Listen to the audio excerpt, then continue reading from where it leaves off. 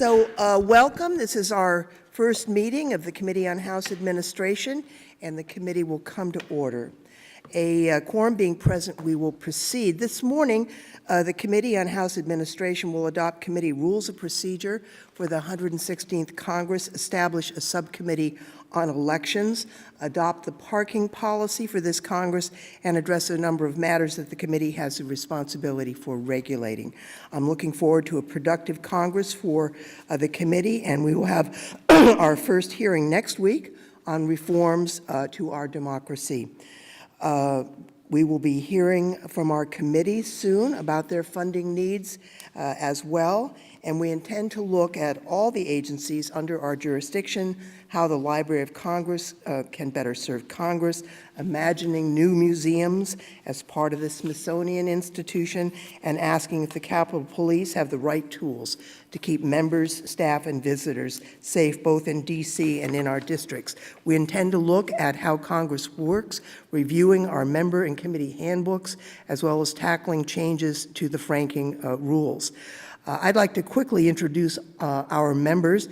We have two returning members, Representative Jamie Raskin, who represents the 8th District of Maryland and who, without objection, is named Vice Chairperson of the committee, and Representative Susan Davis, who is on her way, who represents the 53rd District of California and who will chair the Franking Commission at Speaker Pelosi's request. And we are joined by three new members, Representative G.K. Butterfield, who represents the 1st District of North Carolina, Representative Marcia L. Fudge, who represents the 11th District of Ohio, and Representative Pete Aguilar, who represents the 31st District of California. I will now recognize our ranking member, Mr. Rodney Davis of Illinois, for the purposes of making an opening statement and to introduce his fellow Republican members. Well, thank you, Madam Chairperson. It's an honor to not just be the ranking member, but to be a partner with you at this committee that has such a history of bipartisanship.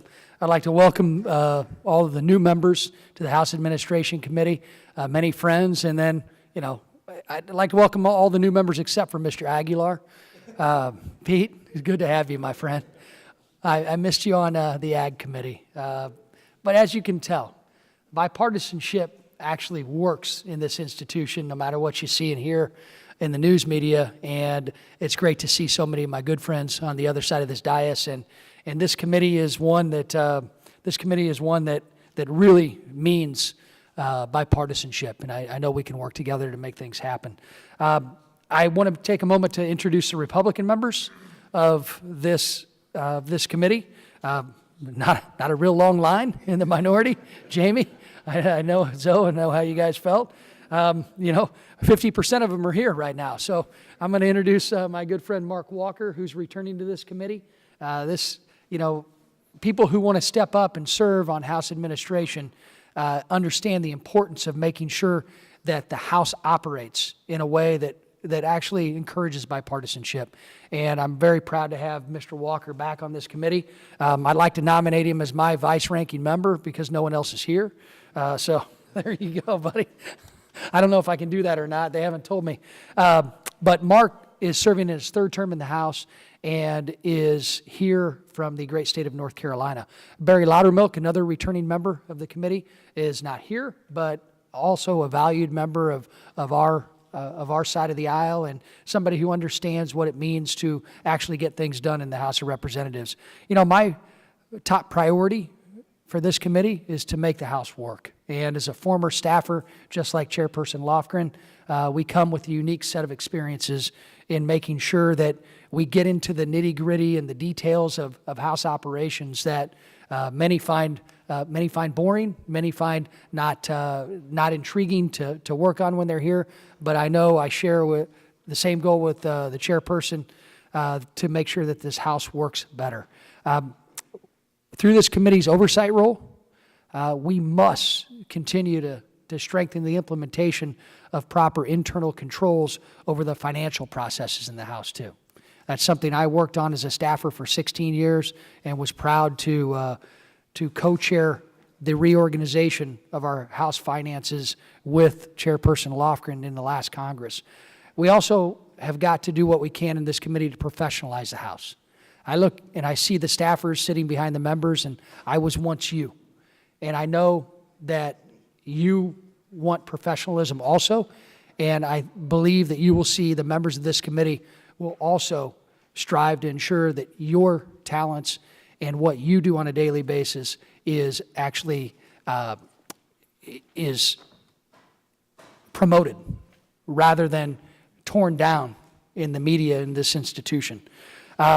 We also have to improve the safety and the security for millions of visitors that come to this campus. We take for granted as members of Congress that many of our constituents, they take their savings for a year and they come out here to Washington, D.C. to experience the nation's capital. And we've got to do everything we can as a bipartisan committee to ensure that those visits, what we represent here in Washington, D.C., is also representative of what this great country is all about. And finally, our committee is charged with protecting the foundation of our democracy and government, and namely the sacred right to vote. We will work on this committee and through the subcommittee on elections to continue our duty to safeguard the federal election process and make certain that this process remains open, free, and fair, and functioning to the highest level of integrity. We want to ensure that every American's vote is both counted and protected. I'm honored to serve as a ranking member of this key committee. I look forward to working closely with my colleagues, especially Chairperson Lofgren, and I look forward to a very productive 116th Congress with each of you, even Mr. Aguilar. Thank you very much. I didn't realize there was a prior legislative relationship between you and Mr. Aguilar. Does any other member wish to make comments before we proceed to the business before us? If not, I will call up Resolution 11601, and without objection, the resolution will be considered as read and open to amendment at any time, and I recognize myself for 5 minutes. Our first order of business is adoption of the committee rules for the 116th Congress as required by Clause 2A of House Rule 11. A copy of the proposed rules is provided to each member. I've worked closely with Mr. Davis on these proposed rules and have accepted 2 of his recommendations. Our proposed rules provide the committee additional tools to pursue our oversight work. One of these tools is a provision authorizing the chairperson of the committee, after consultation with the ranking minority member, to authorize and issue a subpoena. Mr. Davis asked that we change the standard for dispensing with consultation, which honestly I do not expect will occur, regarding the issuance of a subpoena under this authority, and we have accommodated his request. We've also accepted Mr. Davis's request that the ratio of majority to minority members on any task forces, panels, special or select subcommittees that may be appointed to perform specific functions for limited periods of time be the same as the ratio for our subcommittee on elections, and I agree obviously with that. Our proposed rule also create a subcommittee on elections and make a number of minor changes to conform to rules of the package passed by the Congress last month. I would now recognize our ranking member for any statement on the resolution he may have, and thank him for working closely with us on this. Well, thank you, Madam Chair. I'd first like to, again, thank you and your staff for their efforts to make available draft copies of the committee rules prior to this morning's meeting, and also making accommodations to the concerns that we had that you just mentioned. It is in that effort of bipartisanship that this committee has operated for many years, and I hope to carry this on through this 116th Congress. One item, though, that is not on the agenda today but has been included in previous organizational meetings of this committee is the formal adoption of an oversight plan. I know that this is a result of a change in House rules, and you will be submitting an oversight plan by March 1st rather than voting today to formally adopt a plan. It's still my expectation, consistent with House rules, that the minority will be consulted on the development of this plan. As I mentioned in my opening statement, I believe that the overwhelming majority of the oversight issues, especially in this committee, can be addressed in a very bipartisan manner. Madam Chair, it is in the same spirit that I ask that if you deem it necessary to exercise this committee's new subpoena and deposition authority, we do so in a thoughtful and judicious manner. Finally, I ask that if you order the taking of depositions by counsel, that you will consult and include the minority consistent with the regulations adopted by the Rules Committee. Thank you, Mr. Davis. It certainly is our intention. As you note, the House rules no longer require the formality, but we do intend to have oversight planning. We certainly will welcome the participation of the minority in that plan. It is my intention to act in a judicious manner at all times as chairperson of the committee, and certainly to consult with the minority relative to any depositions that may be taken by staff, as well as subpoenas that may be issued, although we don't know how frequent the use of that tool will be. Well, it's with my thanks and with our experience of working well together in a very bipartisan manner in previous Congresses that I expect this committee will continue to be a beacon of bipartisanship in a very partisan institution over the next couple of years. Thank you. Does any member wish to offer an amendment to speak on the resolution? Seeing none, the question is now on the motion to adopt Resolution 11601. All those in favor will say aye. Aye. Opposed will say nay. The ayes have it, and the motion is agreed to, and without objection, the motion to reconsider is laid on the table. Pursuant to Clause 2A of House Rule 11, the rules adopted by the Committee on House Administration for the 116th Congress will be published in the Congressional Record and made available to members and the public on the committee's website. I also will now call up Resolution 11602 through Resolutions 11607 to consider en bloc. I understand the minority has agreed to this. I wanted to say a few words about them, however, in the bipartisan work on these that is really the hallmark of our committee. Resolution 02 establishes the membership of the Subcommittee on Elections, which was reconstituted under our rules. As the former chairperson of the Elections Subcommittee, I know how important it can be to focus very closely on voting rights issues.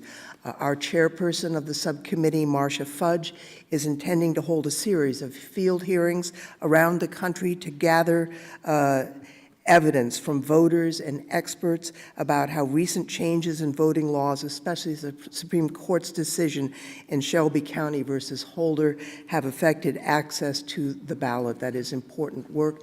It may be augmented by additional hearings here in the Capitol. Resolution 03 provides for the parking policy in the 116th Congress. The policy for this Congress follows that of the last Congress with several improvements and enhancements. This policy addresses those members and staff who are habitual parking policy violators by providing that violators will be towed and potentially permanently banned from parking on the House campus, subject to the direction of this committee. Furthermore, non-electric vehicles parked in electric vehicle and hybrid charging stations areas will be subject to penalties. Resolution 04 requires all employing offices covered by the Congressional Accountability Act to adopt anti-discrimination and anti-harassment policies for their workplace. We have developed a model policy that members can utilize, so we don't have to reinvent the rule, but every office is expected to do this. Resolution 05 provides regulations prohibiting the use of House exercise facilities by former members who are registered lobbyists.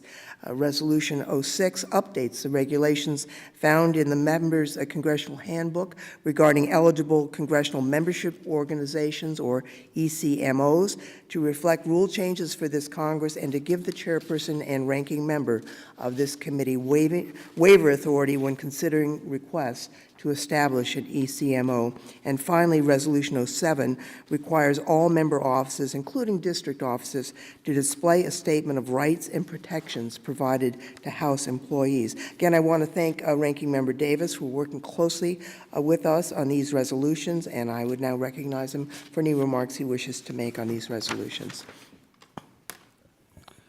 To the happiness of the rest of the committee, I'll offer no other remarks, but thanks. All right. Does any other member wish to speak on these resolutions? Seeing none, I will now call up resolutions 11602, 03, 04, 05, 06, and 07, and ask unanimous consent that they be considered en bloc. That further reading of these resolutions be dispensed with and open for amendment at any time. The question is now on the en bloc resolutions. All those in favor will say aye. Aye. Opposed will say no. The ayes have it, and the en bloc resolutions are agreed to, and without objection, the motion to reconsider is laid upon the table.